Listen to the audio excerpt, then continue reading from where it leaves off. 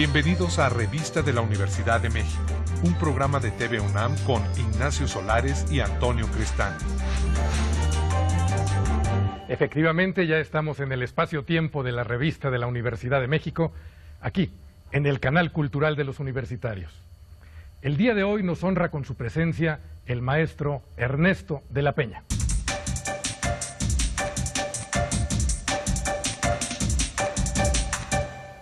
Nacho, de verdad yo no me creo estar pudiendo platicar con uno de los sabios de este mundo. Muchas gracias. Yo por lo menos, yo sí puedo decirte que es quizá el hombre más sabio que he conocido y que he leído. He tenido la fortuna de ser su lector desde hace muchos años. Eres buen amigo, Nacho. No, pero bueno, Ernesto, desde las estratagemas de Dios, que ganó el premio Virrutia, donde estuve, me acuerdo que me dedicaste el libro en aquel momento, tenías una filita ahí de gente, y yo llegué y lo leí, y desde entonces me volví su fan.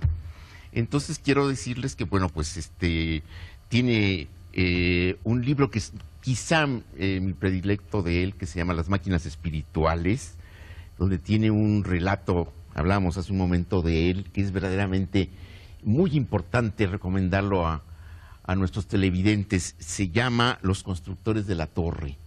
Esa torre simbólica, mental, que quizá todos llevamos dentro, pero que es una construcción borgiana, muy borgiana, por momentos, sí, kafkiana. Tiene un cuento que no lo recuerdo el nombre, sobre Newton, en que Newton ya al final escribe sobre el apocalipsis. Ya está un poco desvariando. Eso es hecho histórico. Eso es hecho histórico. Tuvo una temporada en que anduvo medio mal. Medio mal. Y que, si no mal recuerdo, relaciona, fíjense, qué dato más apasionante, literaria, histórica y religiosamente. Relaciona el malum, que es la manzana, con el malum, que es el mal. Y yo pienso, y siempre ese cuento me refiere un poco al principio, fue el caos. Bueno, y en la Cábala se empieza hablando del mal, ¿no? Sí. Como un principio, en fin. Pero es de veras para mí un gusto enorme tener a mi maestro Ernesto de la Peña. No, de veras, gracias. Y yo me permito simplemente leer un fragmento de un poema que es también de mis predilectos.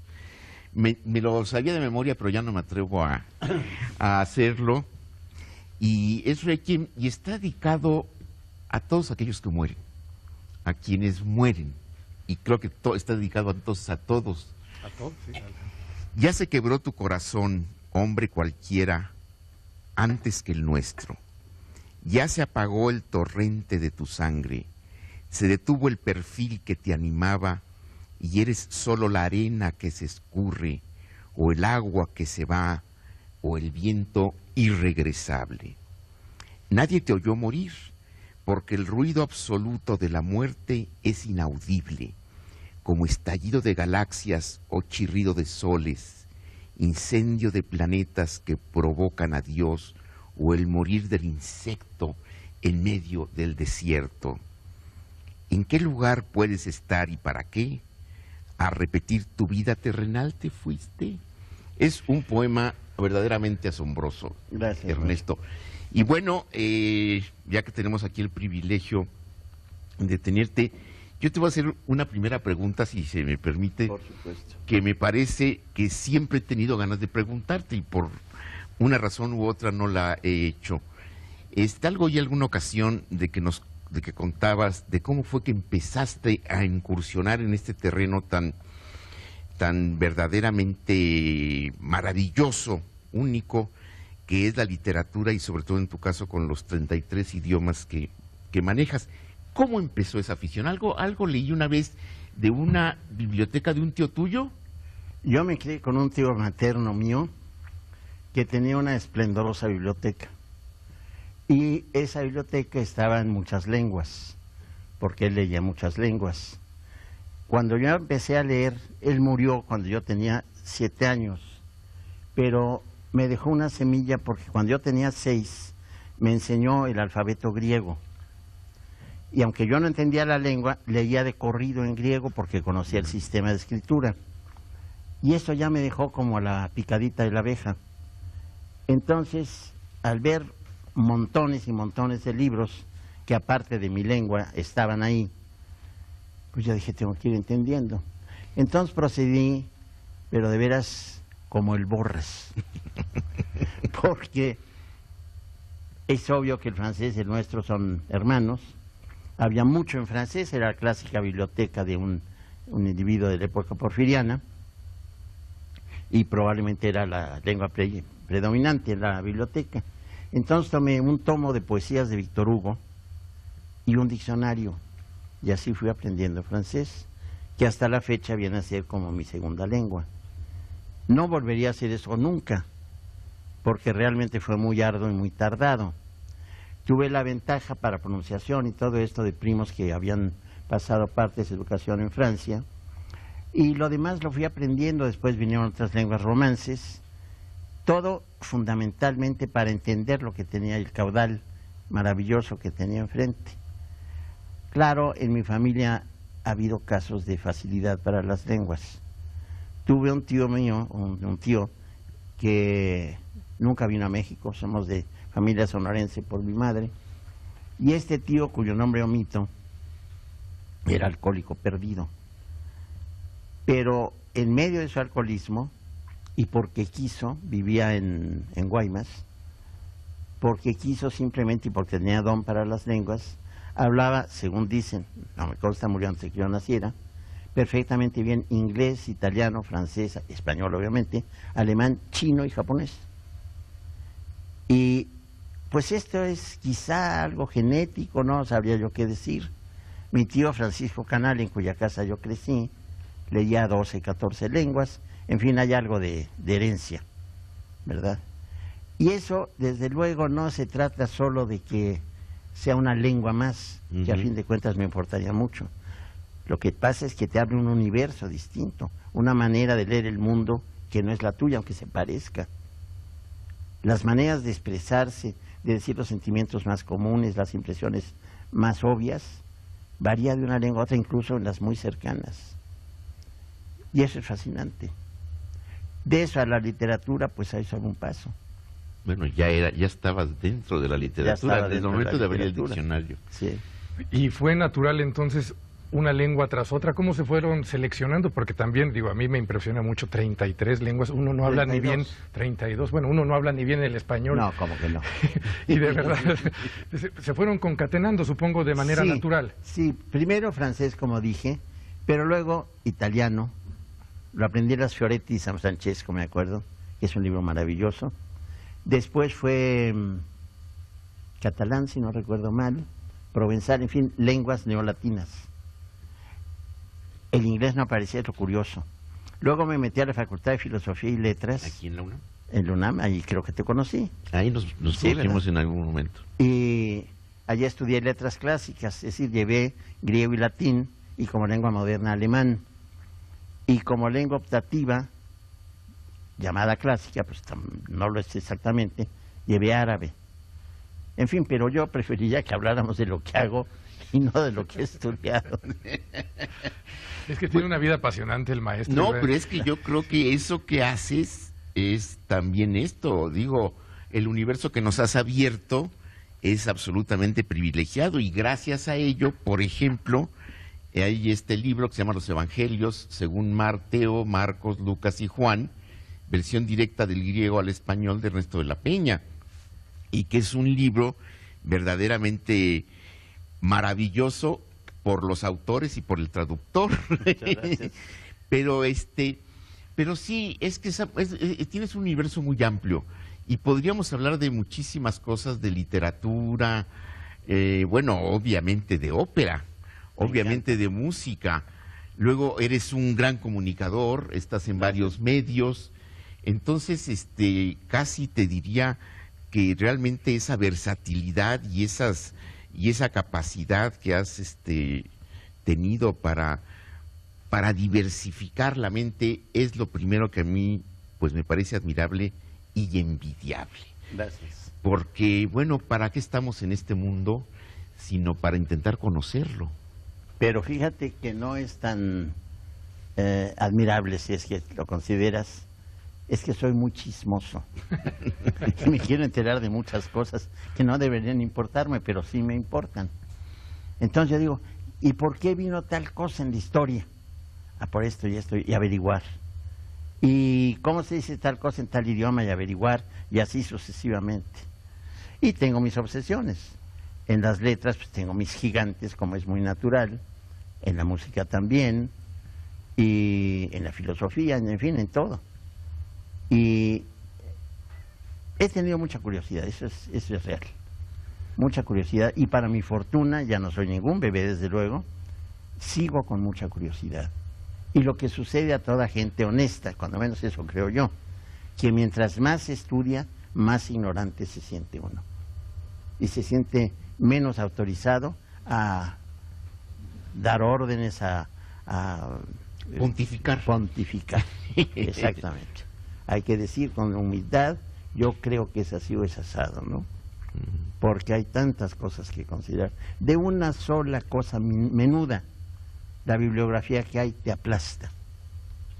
Me acuerdo un ejemplo que me ponía un amigo mío muy talentoso, decía, si te diera la ventolera de estudiar cuándo se empezaron a maquillar las uñas, te encontrarías, sobre todo en alemán, una bibliografía de cientos de libros. Y es cierto, es inabarcable, entonces uno se va sintiendo pequeño, pequeño. La primera vez que yo fui a Nueva York, fui a la biblioteca pública, que es impresionante, por supuesto, y yo me sentía muy salsa, como decimos en México. Dije, voy a buscar un libro que no han de tener aquí. Pobre payo, esa es la realidad. Y fui a la sección de lenguas orientales y pedí la gramática sumeria de Arno Pöbel. Tenían 2 ejemplares. Entonces, no lo iba a consultar, era el reto tonto que hace uno. Era yo, la única justificación es que era joven. Después de eso me fui a la sección hebrea. Era simplemente el catálogo por tarjetas. Llenaba una pared entera. Entonces eran no sé cuántos miles de volúmenes sobre cultura hebrea.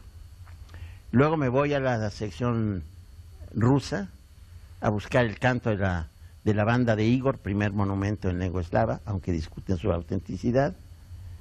Y dije, a ver, ya había como 10 ejemplares de distintas épocas. Es cuando uno sí adquiere su verdadera dimensión. Y si apenas estoy rascando la orillita de algo, y ya, ahí se queda uno. No cabe duda que estas posiciones ante la vida, pues te hablan efectivamente de un hombre sabio, de un hombre que sabe cómo está y cómo se debe estar uno parado en esta tierra, de verdad, hijo, es impresionante, además de que es un extraordinario conversador. Y Nacho, amigos, tenemos que hacer una pausa y seguimos conversando con el gran maestro Ernesto de la Peña. Muchas gracias otra vez, maestro, por estar aquí con nosotros. Al contrario, ustedes. No te vayas, en un momento continúa Revista de la Universidad de México.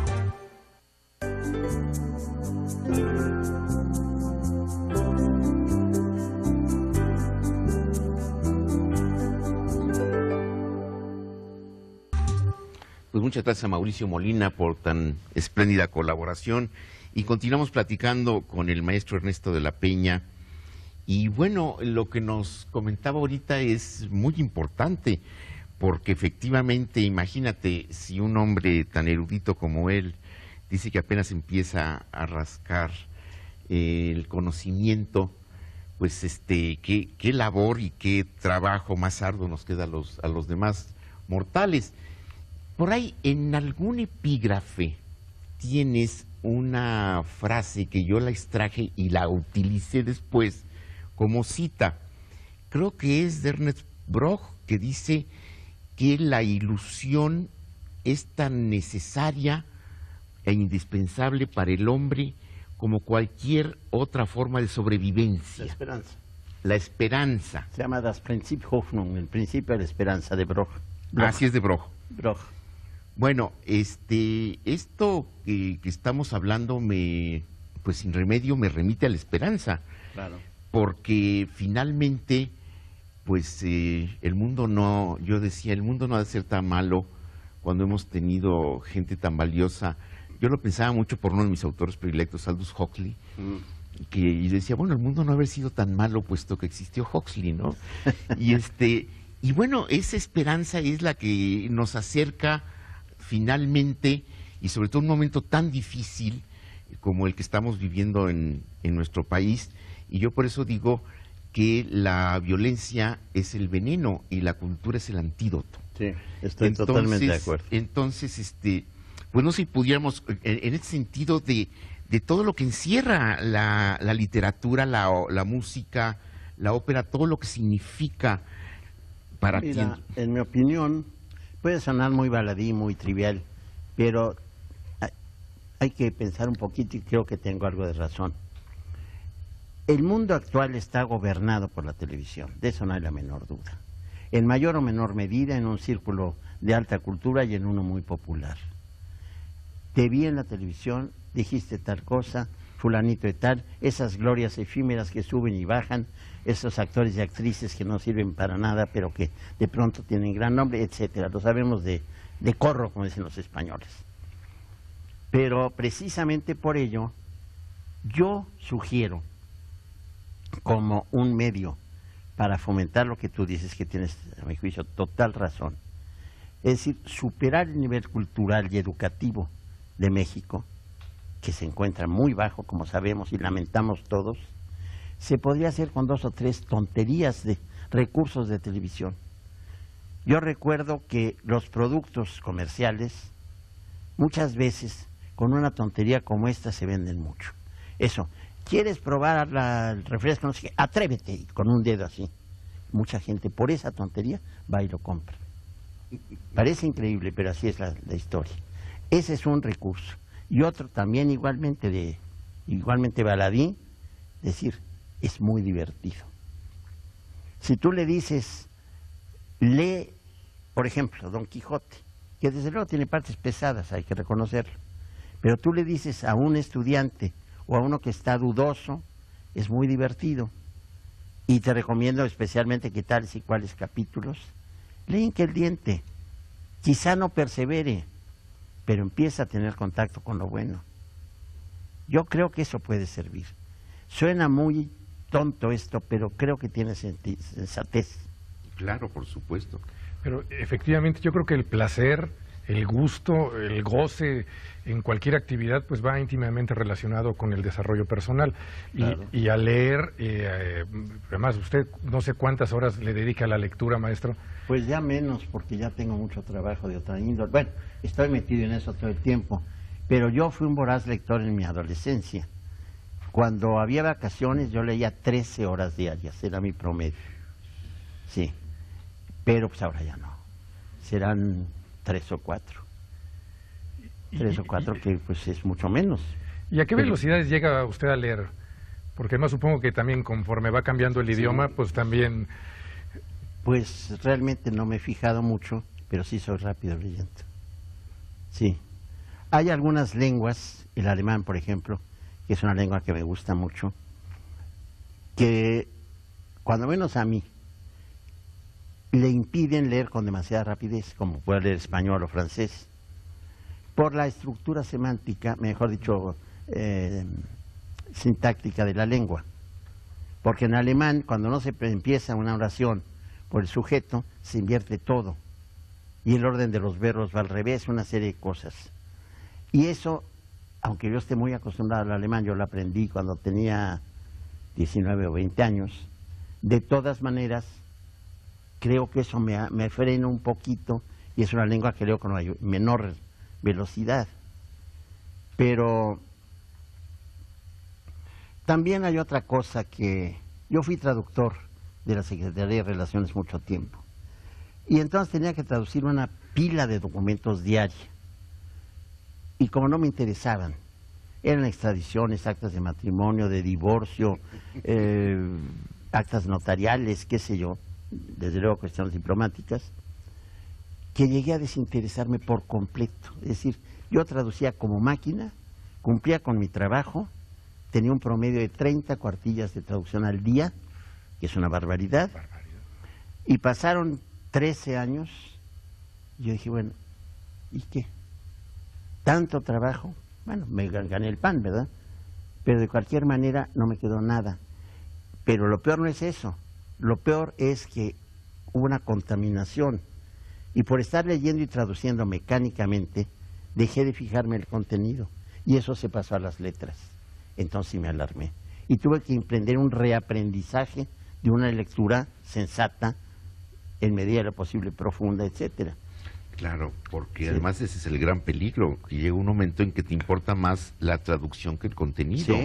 Sí. Cuando que lo que te va a dar finalmente el sentido real de la palabra es el contenido. Así es. Y que volvemos un poco al gusto y al placer, porque también en la enseñanza creo que para mí me doy cuenta de que la solemnidad en nuestro sistema educativo Lamentable. nos pesa mucho, ¿no? Todavía. Lamentable. Y entonces La encontrar en carreta alegórica de paja, decía en otro sentido López Velarde, ¿no? Sí. sí pesa todavía muchísimo y es un poco lo que habría que quebrar. Y bueno, tú que también con todo el gusto por la historia, cuando Nacho nos enseñó que también se puede estudiar la historia entrando por la cocina, Pero claro. es Claro cuando que uno sí. se divierte y cuando uno se Claro. apasiona, lo que usted comentaba ahorita, maestro. Sí. Bueno, es que yo creo que toda la clave y finalmente podríamos llegar un poco a acercarnos a eso que tiene que ver con todo lo que hemos estado platicando, es eso que Freud llamó el principio del placer. Sí, señor. Porque si no fuera por ese principio del placer, tú imagínate aprender en 32 lenguas, pero el infinito, enorme placer que te ha acarreado eso, esa es un poco la clave y la fórmula. Y la compensación, Y la compensación, ya lo creo. porque si no sería verdaderamente pues terrible, Sí. incomprensible casi diría. Entonces, ¿estarías de acuerdo en que el principio de la lectura y de la literatura es ese placer? Fundamentalmente, y también el elemento formador espiritual. Hay lecturas que te dejan mucho, otras que no te dejan nada. Sin embargo, yo sí creo que un texto literario tiene que estar bien escrito. Yo no estoy de acuerdo con esos que dicen, esta novela está muy mal escrita, pero es maravillosa. Entonces no es literatura, podrá ser cualquier otra cosa, pero no literatura en el sentido en que yo la entiendo, puede estar equivocado. Entonces sí es placer, por supuesto. Es placer y en la medida en que más conoces una cosa, mayor placer te produce. Y cuando hay los guiños y las señas ocultas y todo esto que tan frecuentemente se dan, sobre todo en la literatura moderna, ir descubriendo a qué se alude es un placer enorme, Claro. enorme. Pero además un placer secreto, que a muchas veces, es que finalmente estamos como descifrando un texto, ¿no? Eres el cómplice del autor. Eres el cómplice del autor. Bueno, esa es un poco la clave de la literatura. Sí, ¿No? absolutamente. Y además, por eso, yo sí creo un poco en esto que decía Mallarmé, de que hay que ponerle cierta oscuridad Sí. a la poesía para que pueda el lector no verla ya digerida, ¿no? Sino que de alguna manera tú estás haciendo el texto. Al respecto hay una anécdota de Mallarmé, deliciosa verdaderamente. Él no era muy amigo de publicidades y estas cosas, pero finalmente un periodista, por tanta insistencia, logra hacerle una entrevista. Pero él pone como condición revisar el texto. Y el periodista tiene que decir que sí. Le entrega su texto antes de publicarlo y se lo devuelve a X tiempo más tarde Mallarmé. Lo lee el periodista y no entendía nada. Y va muy alarmado y le dice, maestro, pero si la entrevista no fue así, ¿qué sucedió? Y él le contestó, j'y ai mis un peu d'ombre. Le puse un poco de sombra. Bueno, ahí está. Pues fantástico, de verdad, lamentablemente la guillotina, Guillotina del de la tiempo, televisión. A propósito del corte del placer. Exactamente, Sí. también. Maestro, muchísimas Al gracias contrario, de verdad muchas por gracias y con acompañarnos. mucho gusto. Nacho, pues muchas gracias de verdad y amigos, No problema. muchísimas gracias por acompañarnos este día que sin lugar a dudas fue excepcional. Nos vemos la semana que viene. Gracias.